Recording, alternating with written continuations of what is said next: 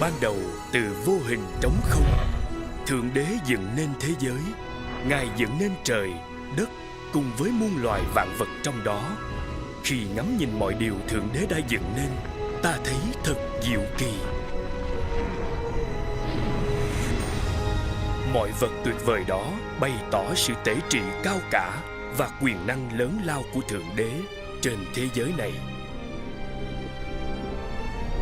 Muôn loài do nơi Ngài dựng nên thật phong phú sống động, trải đều trên khắp đất. Người nam đầu tiên được Ngài nắng nên từ bụi đất.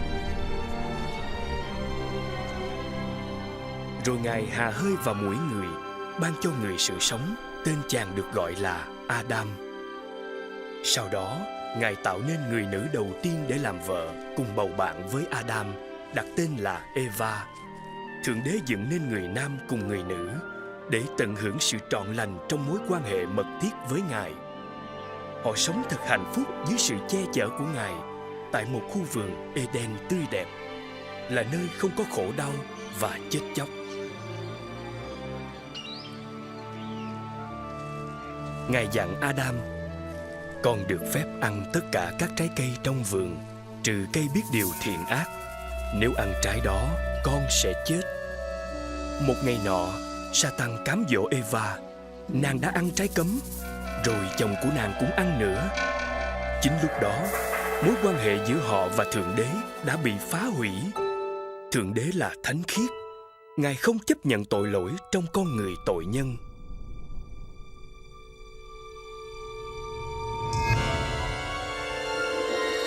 Thượng Đế đuổi Adam và Eva ra khỏi vườn địa đàng. Họ phải gánh chịu điều xấu hổ này bởi vì không vâng lời của Thượng Đế. Hậu quả sau đó, Adam, Eva, cả con cháu họ đều phải chịu xấu hổ, đau đớn và chết chóc. Nhưng Thượng Đế nhân từ hằng yêu thương con người. Ngài đã chuẩn bị sẵn một con đường cho họ quay trở lại để sống với Ngài. Kinh Thánh bày tỏ Thượng Đế tiết lộ kế hoạch cứu rỗi nhân loại khỏi sự trừng phạt mà đáng ra họ phải gánh chịu, và họ sẽ có thể sống mãi trong mối liên hệ với chính Ngài. Thượng Đế đã bày tỏ một phần kế hoạch cứu rỗi cho tiên tri Abraham.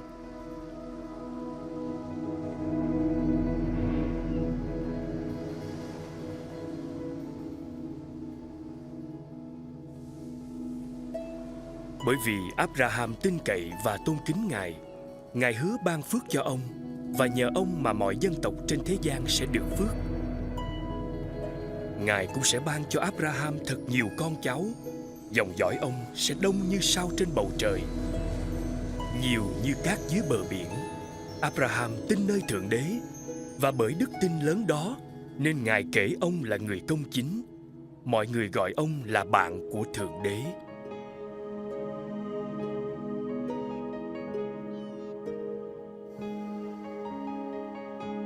Một ngày kia, Thượng Đế đưa ra một yêu cầu để thử lòng tin cậy và vâng lời của Abraham.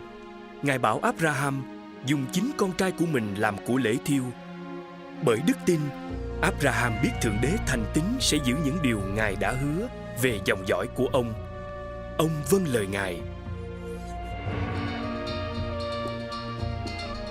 Nhưng khi Abraham cầm dao lên, chuẩn bị giết đứa con duy nhất của mình, thì có lời phán từ Thượng Đế: đừng tra tay vào mình con trẻ, và chớ làm chi hại đến nó.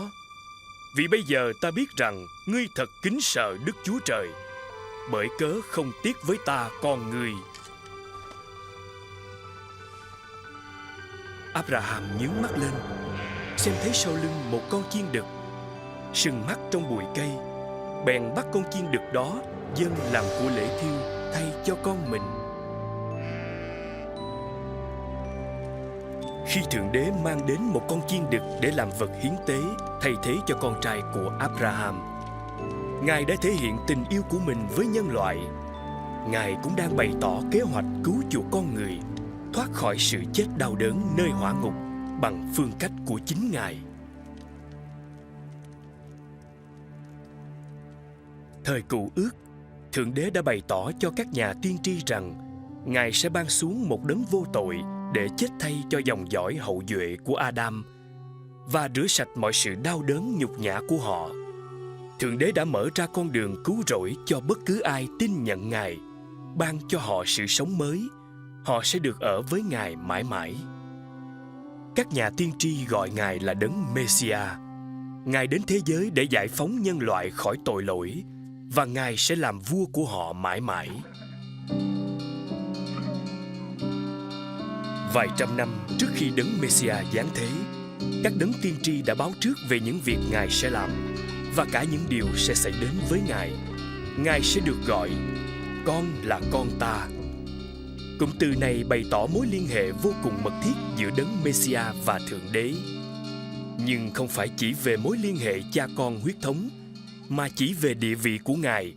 Đấng Messiah cũng chính là vua và là Chúa cứu thế. Lời Thánh Kinh trong Ê-sai chép: "Này, một trinh nữ sẽ mang thai, sinh một con trai." Con trai được nhắc đến ở đây là Chúa cứu thế, và đó chính là cách mà Đấng Messiah đã đến thế gian để cứu nhân loại thoát khỏi sự chết. Rất nhiều nhà tiên tri đã viết về Đấng Messiah. Ngài sẽ sinh tại Bethlehem, sẽ cưỡi lừa vào thành Jerusalem và được dân chúng tung hô làm vua. Và rồi, Ngài bị chính môn đồ mình phản bội chỉ vì 30 nén bạc. Sau 3 năm chức vụ, Ngài bị bắt. Dẫu vậy vẫn vui lòng chịu chết trên thập tự giá vì cớ tội lỗi loài người. Sau 3 ngày, Ngài sẽ từ cõi chết sống lại. Ngài thăng thiên, ngự trên đám mây, trình diện trước Thượng Đế và được ban cho quyền thống trị đời đời trên muôn dân muôn nước. Hơn 2.000 năm trước, có một con người thật sự đã sống trên thế giới này. Người đó chính là Chúa Giêsu. Khi mọi người nhìn thấy những gì Chúa Giêsu phán và làm, họ hỏi lẫn nhau: có phải Đấng Messiah không? Liệu cuộc đời của Chúa Giêsu có giống những gì các tiên tri đã viết về Đấng Messiah không? Bộ phim cho biết Chúa Giêsu là ai, những điều Ngài đã phán và làm như được chép lại trong Kinh Thánh. Trong phim, một nam diễn viên đã đóng vai Chúa Giêsu. Chắc chắn không một ai xứng đáng làm điều này. Nhưng bộ phim được quay với mong ước mọi người có thể biết, tin nhận Chúa Giêsu và hưởng phước hạnh mà Thượng Đế đã hứa ban.